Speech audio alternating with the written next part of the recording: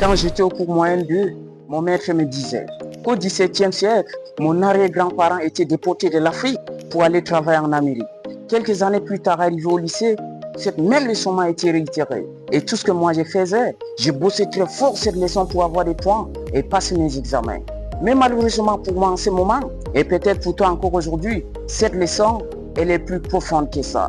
Elle n'est pas qu'une histoire. L'esclavage, il existe encore aujourd'hui et il est devenu plus dangereux qu'il ne l'était avant.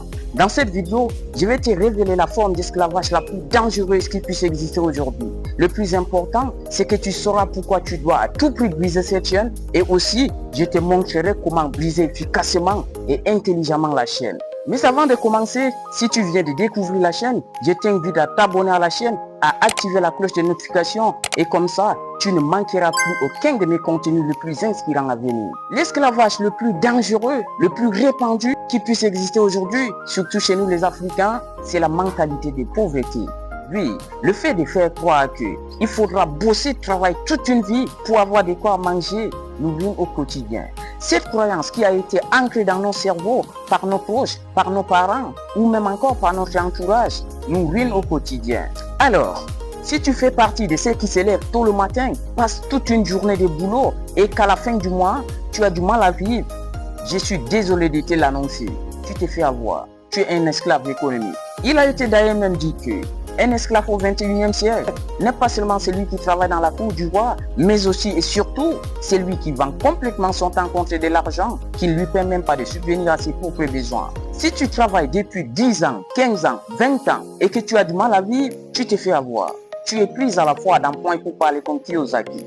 En tout cas, si tu pouvais finir toi seul dans cette forme modernisée de l'esclavage, ça allait être peu inquiet. Mais le pire c'est que tu ne seras pas seul. Tu ne seras qu'un échantillon de la masse, car tes enfants y seront aussi, tes petits-fils y seront également, et même tes arrière-petits-fils ne seront épargnés si tu ne prends pas conscience aujourd'hui. Mais la bonne nouvelle c'est que il ne fait pas tard. Tu peux encore mener des batailles et renverser la tendance. Moi je te propose 2 méthodes, il y en a plusieurs, mais rien qu'avec ces 2 méthodes, tu peux renverser la tendance. La première méthode, c'est la méthode la plus brutale. C'est pour celui-là qui fait 30 jours du boulot et qu'à la fin du mois, elle se demande même, mais est-ce que je m'aperçois un salaire? Si tu es dans cette catégorie, l'action à mener, c'est d'abandonner ce boulot.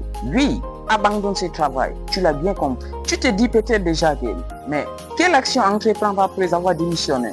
Je suis désolé, je n'ai aucune action à te suggérer. Mais tout ce que je peux te dire, c'est que laisse-toi enseigner par la vie. Encaisse tous les coups durs de la vie et prends des leçons au maximum. Et plus tard, ton propre cerveau te donnera une solution magique que tu ne pourras jamais imaginer. Je reviens me dire merci plus tard.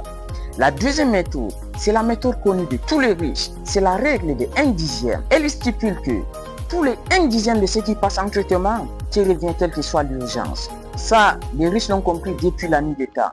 Car quiconque tente d'abattre sa chair pour satisfaire un besoin immédiat n'aura plus jamais un troupeau de chèvres, comme le dit Ricardo Kanyama.